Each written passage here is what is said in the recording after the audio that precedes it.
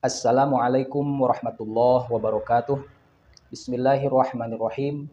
Bertemu kembali masih dalam kajian tahsin dengan pembahasan yang terus berlanjut.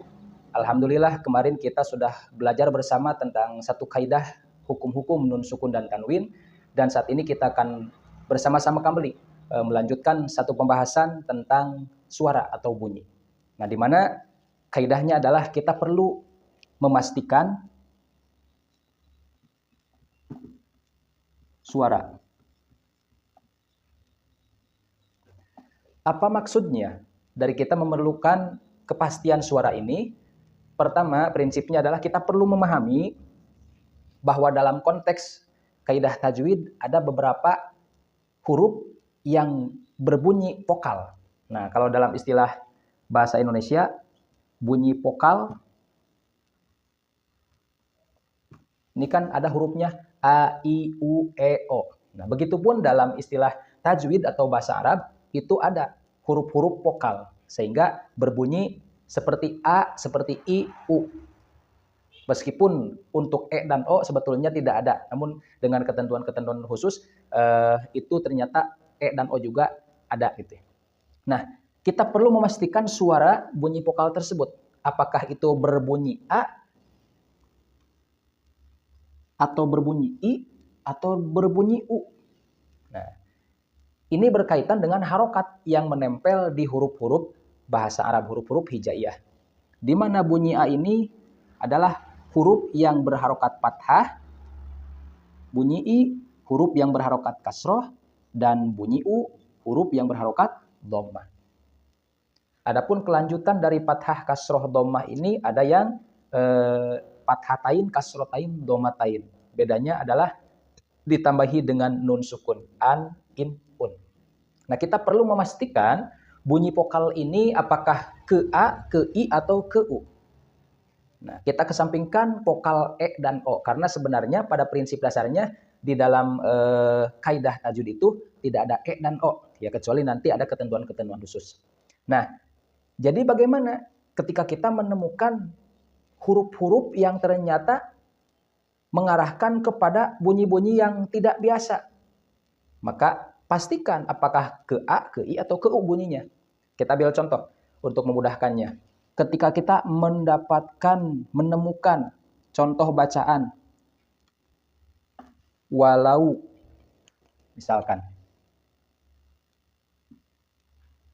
walau anna, walau anna. Nah, maka pastikan walau berarti ke U. Ya, walau atau ghairi. Berarti pastikan itu bunyi ke I. Ghairi, ghairi, ghai. Nah. Atau contoh lain juga ada dalam lapad tawasau. Tawasau. Nah, jadi jangan sampai kita membunyikan bunyi-bunyi ini lepas dari konteks A atau I atau U. Ya. Contoh, walau anna, banyak kita sering mendengarkan jatuhnya bukan ke U tapi ke O. Walau anna la haula. Padahal tidak la haula tapi la haula. Itu pastikan suara la haula salah. La haula itu yang benar. Ghairil, sering kita mendengarkan orang-orang yang salah memastikan vokalnya, malah ke E jatuhnya. Ghairil. Li'ila fi Quraisyin, padahal fi Quroi banyak ya. Watawasau bil haqqi, watawasau itu yang benar, bukan watawasau. Nah, itu kan keliru. Jadi kita perlu memastikan vokal di sini yang kita baca arahnya kemana, apakah ke A, ke I, atau ke U. Jadi tidak ada konteks ke E atau ke O, kecuali ada ketentuan-ketentuan yang nanti kita akan bahas bersama-sama. Nah, itu bunyi vokal. Prinsip yang pertama, kita perlu memastikan suara. Jadi contoh-contohnya sudah kita dapat pahami ketika kita menemukan contoh-contoh yang kalau dalam konsep mad ini disebut madlin. Ya, walau. Jadi tetap walau. Jadi jangan walau gitu. Ghai, jangan ghai. Ghai. Watawasau, jangan watawasau. Nah, itu yang benar. Jadi kita perlu memastikan suara ini. Ini prinsip yang pertama yang perlu kita perhatikan. Jangan sampai kita salah dalam membunyikan suara tersebut. Nah, prinsip yang kedua adalah ada sebetulnya bunyi huruf yang vokalnya itu bunyinya O. Walaupun tadi pada dasarnya prinsip dasarnya adalah A, I, U. Ada yang ternyata berbunyi O. Nah, kenapa huruf-huruf tersebut berbunyi O? Ya karena memang pada dasarnya karakter hurufnya memang huruf-huruf yang berkarakter O. Nah, maka kita perlu memberikan cara untuk membunyikan huruf-huruf yang karakter O tersebut, yaitu dengan menebalkan suara O. Menebalkan bunyi atau suara O. Nah, di huruf mana saja? Di antaranya adalah huruf-huruf yang berkarakter O itu Kho, Ro, So, Lo, To, Zo, Go, Ko. Nah, ini adalah huruf-huruf yang memang karakternya itu kalau diberi harokat fathah, maka tidak A. Karena sesuai dengan karakter hurufnya. Jadi O. Kho, Ro, So, Lo, To, Zo, Go, Ko. Nah, maka cara untuk memastikan suara di bunyi atau suara O ini adalah kita perlu menebalkan suara, menebalkan bunyi. Kho, Ro, So, Lo, To, Zo, Go, Ko. Agak tebal ya bunyi O-nya. Nah, itu prinsip yang tebalkan suara O. Atau dalam konteks lam, lafadz jalalah, lam jalalah, yaitu lamnya lafadz Allah, ini pun ada ketentuannya. Jadi jangan terbalik memposisikan bunyi O di lamnya lafadz jalalah. Bagaimana lafadz Allah dibaca tafkhim, bunyi tebal O.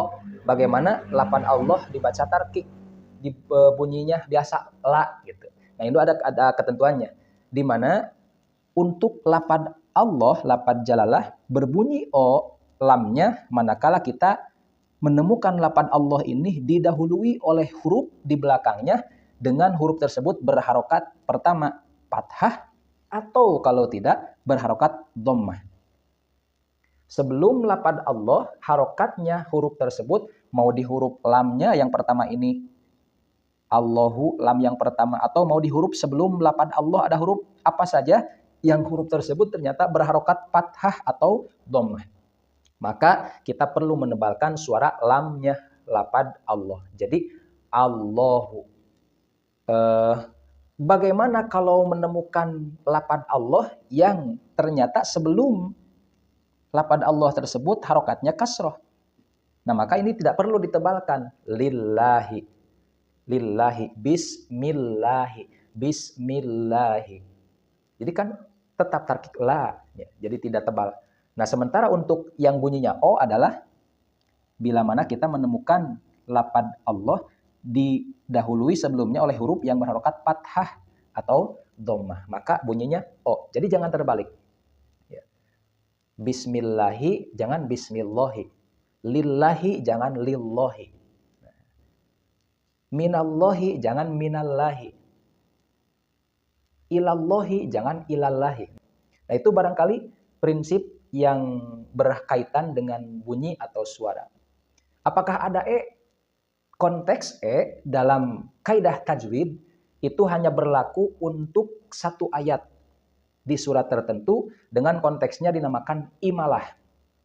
Nah, bismillahi majore. Nah, itu ada di ayat itu saja. Bismillahi majoreha. Ini menurut riwayat Hafs. Sekian mungkin yang dapat saya sampaikan dalam kesempatan ini. Semoga bermanfaat dan menjadi berkah bagi semuanya. Sekian, wassalamualaikum warahmatullahi wabarakatuh.